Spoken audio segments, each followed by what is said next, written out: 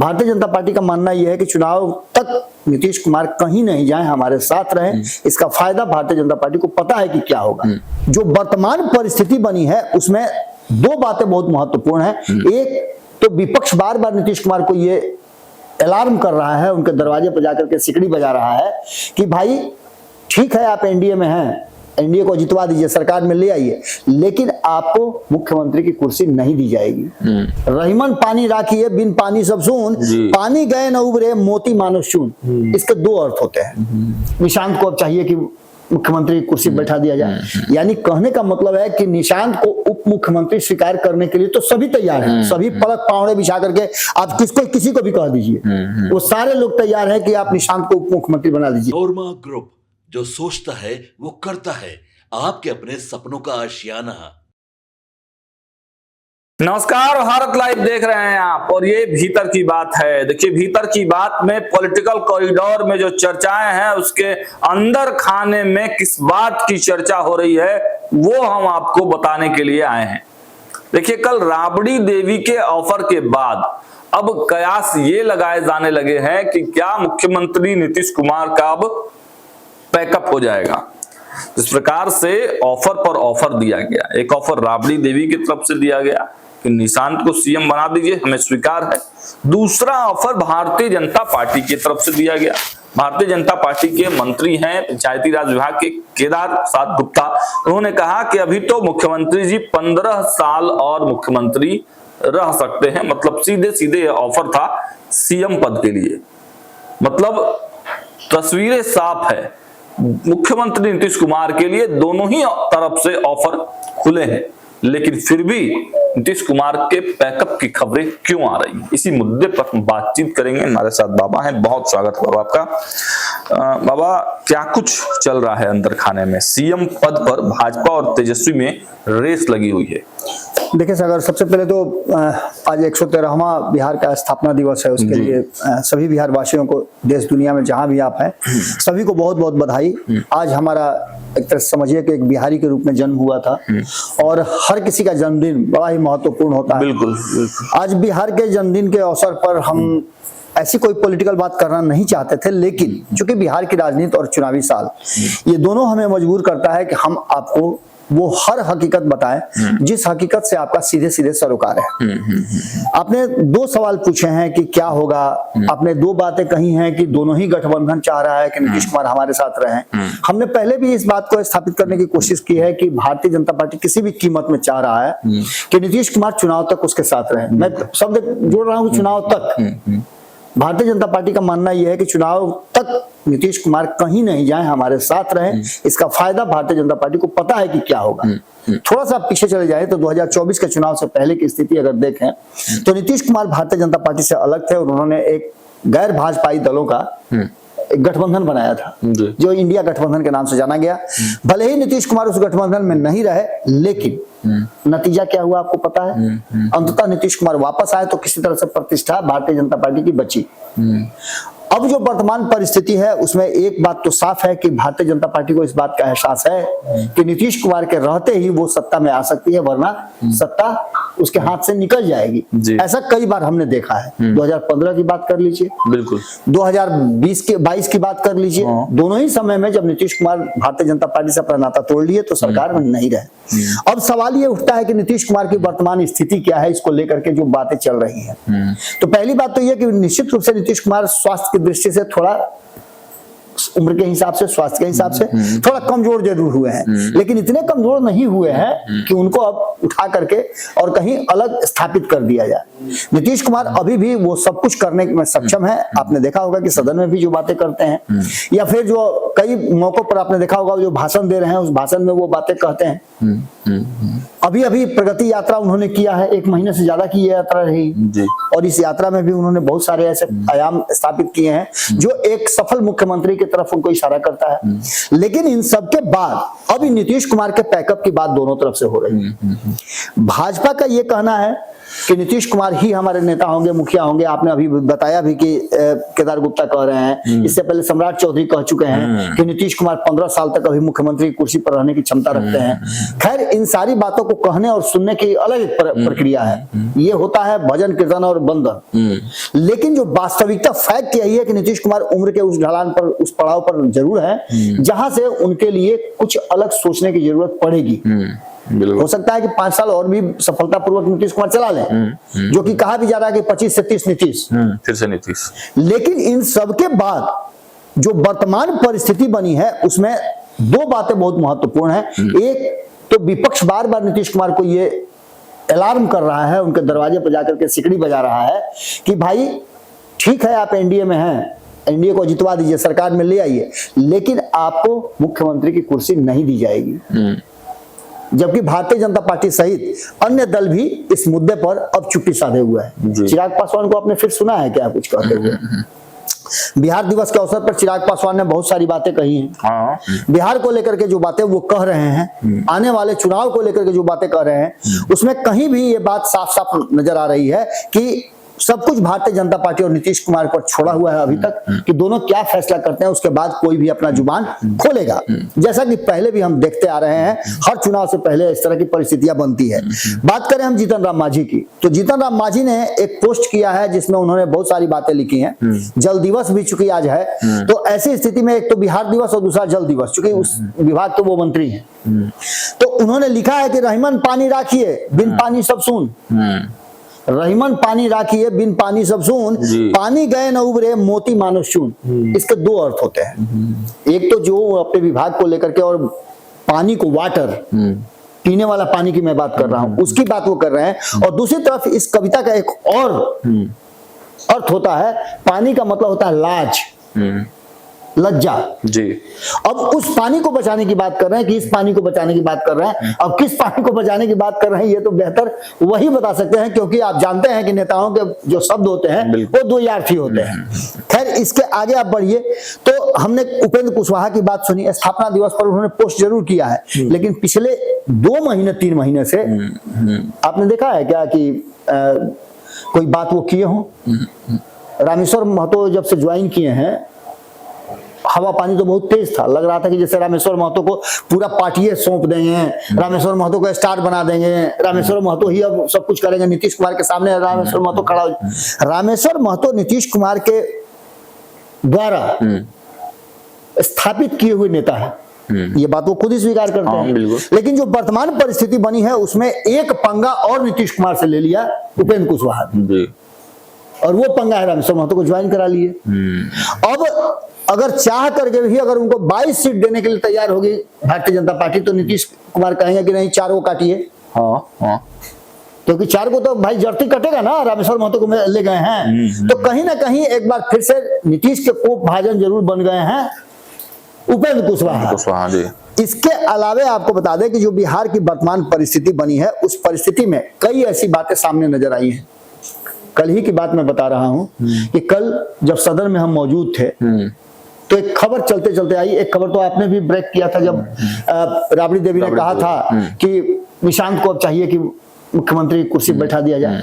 यानी कहने का मतलब है कि निशांत को उप मुख्यमंत्री स्वीकार करने के लिए तो सभी तैयार हैं, सभी पलक पावड़े बिछा करके आप किसी को भी कह दीजिए, वो सारे लोग तैयार हैं कि आप निशांत को उप मुख्यमंत्री बना दीजिए, लेकिन मुख्यमंत्री की कुर्सी मुझे दे दीजिए। बिल्कुल। एक बड़ी पुरानी बात आपको मैं बता रहा हूं, 2014 के समय पहले की। हम उसकी चर्चा अक्सर पंचनामा में करते रहते हैं, संपादक जी के साथ बैठता हूं तो जो गलती सोनिया गांधी ने की, राहुल गांधी को प्रधानमंत्री नहीं बना करके, जबकि उनके पास मौका था, समय भी था, सब कुछ था, लेकिन उन्होंने राहुल गांधी को पहल नहीं किया कि वो प्रधानमंत्री की कुर्सी पर 6 महीना भी बैठ सके, जिसका खामियाजा उनको अभी तक भुगत रही हैं और आगे कब तक भुगतेंगी ये कहना बड़ा मुश्किल है। वर्तमान परिस्थिति में थोड़ी सी कांग्रेस बड़ी जरूर हुई है, और कांग्रेस ने एक संदेश जो दिया है, उस संदेश से साफ नजर आ रहा है कि बिहार में तीसरे मोर्चे की कवायद शुरू हो गई है, जिसकी चर्चा सबसे पहले भारत लाइव पर मैंने किया था कि ये 2 मोर्चे तो हैं ही, वो तीसरा मोर्चा होगा जिसके लिए भले ही प्रशांत किशोर ये कह रहे हो कि 243 सीटों पे हम चुनाव लड़ेंगे, लेकिन गठबंधन की राजनीति में आप अलग से अपने लिए अगर कोई व्यवस्था करते हैं तो आप कितने सफल होंगे, ये हमेशा क्वेश्चन रहा है। तो ऐसी स्थिति में जिस तरह से कांग्रेस विद्रोही तेवर अपनाए हुए है, जिस तरह से नीतीश कुमार असमंजस की स्थिति में है, नीतीश कुमार अभी निर्णय की स्थिति में कोई फैसला नहीं कर पाए हैं, तो एक बात तो साफ है कि अगर कांग्रेस छोड़ करके आती है तो इसमें दो तीन बातें बहुत महत्वपूर्ण हैं कि अगर महागठबंधन को कांग्रेस छोड़ती है, जबकि अभी वर्तमान परिस्थिति में ऐसा दूर दूर तक लगता नहीं है कि कांग्रेस के पास कोई विकल्प नहीं है, वो 4% 5% अपने वोट से लेकर के क्या करेगी क्या नहीं करेगी ये सबको पता है। और दिल्ली वाली स्थिति बिहार में नहीं है जी, दिल्ली से थोड़ा अलग स्थिति बिहार में है। अब ऐसी स्थिति में 22 से 26% जो वोट है आरजेडी का, उस वोट में कांग्रेस का वोट 5% मिला लीजिए, अन्य दलों का मिला लीजिए, तो मिला जुला करके वो उस जगह तक पहुंच जाती है जहां से संभावना है उसकी सत्ता तक पहुंचने की होती है, लेकिन पहुंच नहीं पा रही है जी। वो उसमें कहीं ना कहीं जोरन जब नीतीश कुमार का पड़ा 2015 में तो वो सत्ता में पहुंची। हाँ। तो ऐसी स्थिति में राबड़ी देवी को यह बात पता है, क्योंकि राबड़ी देवी ही एकमात्र ऐसी कड़ी बन गई हैं जो अब न तो तेजस्वी यादव और न ही लालू प्रसाद पहल करेंगे, क्योंकि लालू ने पहल कर दिया 2022 में, नतीजा आपके सामने है। लालू ने पहल किया था 2015 में, उसका नतीजा आपके सामने है। तेजस्वी ने पहल किया था 2022 में, उसका नतीजा आपके सामने है। ये सारी परिस्थितियां हैं, अब दोनों जो अपना अपना पहल कर चुके हैं, अब इसके बाद बचती हैं राबड़ी देवी। अब राबड़ी देवी पहल कर रही हैं और नीतीश कुमार के इतना तल्ख बयानों के बावजूद भी राबड़ी देवी असहज नहीं हो रही हैं और अपशब्द नहीं बोल रही हैं। ये भी एक बहुत बड़ी बात है, क्योंकि अपशब्द बोलने के लिए राबड़ी देवी जानी जाती है। इससे पहले मुख्यमंत्री रहते हुए भी कई शब्दों का उन्होंने प्रयोग किया है जो आज तक लोग याद रखते हैं। खैर, इन सारी बातों के साथ साथ नीतीश कुमार के प्रति यदि सॉफ्ट कॉर्नर किसी का है तो वो राबड़ी देवी का है।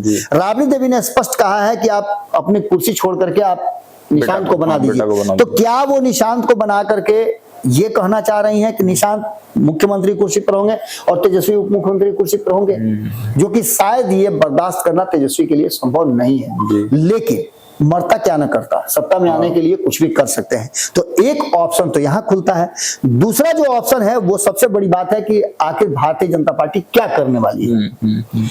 29-30 तारीख को अमित शाह आ रहे हैं। उस अमित शाह को आने की ग्रीन सिग्नल किसने दिया? क्या अमित शाह ने स्वतः यह फैसला ले लिया कि अब मोदी के हाथ से रडार से बात निकल गई है, अब मुझे आकर के इस मामले को सलटना पड़ेगा? क्योंकि पूरे देश भर में एकमात्र राज्य बिहार है जहां चुनाव है, बाकी के देश भर में एक अलग तरह का माहौल पैदा हुआ है और वो माहौल भी भारतीय जनता पार्टी को परेशान कर रहा है। वो है परिसीमन वाली बात, उसके बाद जनगणना वाली बात और दक्षिण के राज्यों का जो विद्रोह है, उस विद्रोह में अब मध्य भारत और उत्तरी भारत के भी कुछ राज्य शामिल हो गए हैं।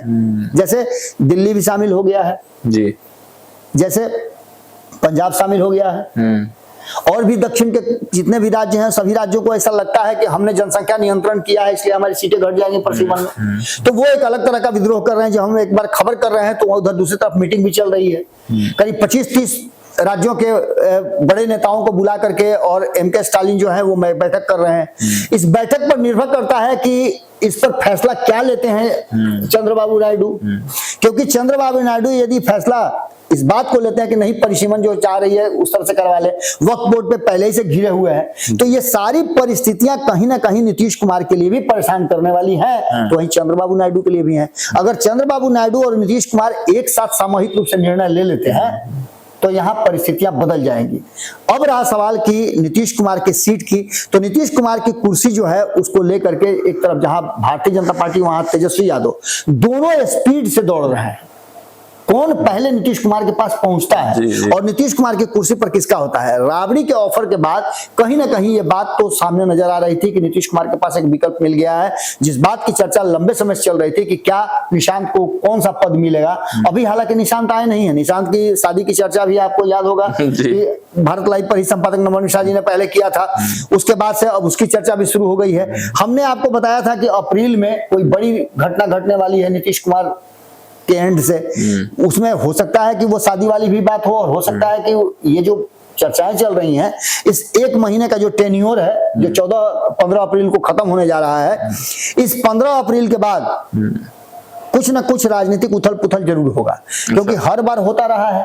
अब राबड़ी देवी का ऑफर अमित शाह का आना और वो भी नीतीश कुमार के मना करने के बावजूद उनका आना, इसके बाद एनडीए गठबंधन के दलों से मीटिंग करना, ये सारी बातें कहीं ना कहीं इशारा कर रही हैं। और इस बीच में अमित शाह के आने से पहले नीतीश कुमार ने एक और गोटी फेंक दिया है जो भारतीय जनता पार्टी को परेशान कर रही है कि जब वित्त आयोग की टीम आई हुई थी तो आपको पता है कि उन्होंने बिहार के लिए विशेष राज्य के दर्जा की एक बार फिर से डिमांड कर दी है। और ये डिमांड उन्होंने तब किया है जब वो सरकार का हिस्सा है। अब तक उन्होंने जब जब डिमांड किया है तो या तो चुनाव के समय में किया है या वो विपक्ष में रहे हैं, लेकिन इस बार सरकार में रह करके डिमांड कर दिया है। इसके भी मायने कई निकाले जा रहे हैं। नीतीश कुमार जिस तरह की बातें कर रहे हैं, जिस तरह से वो भाव भंगिमा उनकी है, उसको लेकर के चाहे जितना भी आप उन पर हमला कर लें, लेकिन नीतीश कुमार अभी भी बिहार की राजनीति में प्रासंगिक हैं। नीतीश कुमार को लेकर के ही पूरी राजनीति हो रही है और केंद्र बिंदु में नीतीश कुमार है। नीतीश जिसके साथ हैं उधर सत्ता शिफ्ट करेगी, ये बात भी क्लियर नजर आ रहा है। यही कारण है कि एक तरफ नीतीश कुमार 100 गलतियां निकाल दें, लेकिन उसके बावजूद भी नीतीश कुमार को रेड कारपेट बिछा करके दोनों ही गठबंधन अपने तरफ रखने के लिए तैयारी की गारंटी निश्चित रूप से। अब अमित शाह आते हैं तो राबड़ी देवी का ऑफर पर जो सुगबुगाहट भीतर भीतर शुरू हो गई है, तो अमित शाह आकर के इसको कैसे टोका फंसाते हैं ये भी देखना। टोका फंसाना समझते हैं ना? हाँ, बिजली चोरी करना। तो नीतीश कुमार को तो अब चुराइए का रखना पड़ेगा ना। आपने देखा भी होगा कि पहले भी जब काउंटिंग हो जाता था और किसी दल लगा जब बहुमत नहीं आता था तो क्या होता था, टोका फंसा दिया जाता था, विधायकों को छुपा दिया जाता था कहीं ले जाकर के। जिस दिन का होगा बहुमत साबित करना होगा उस दिन ले आया जाएगा।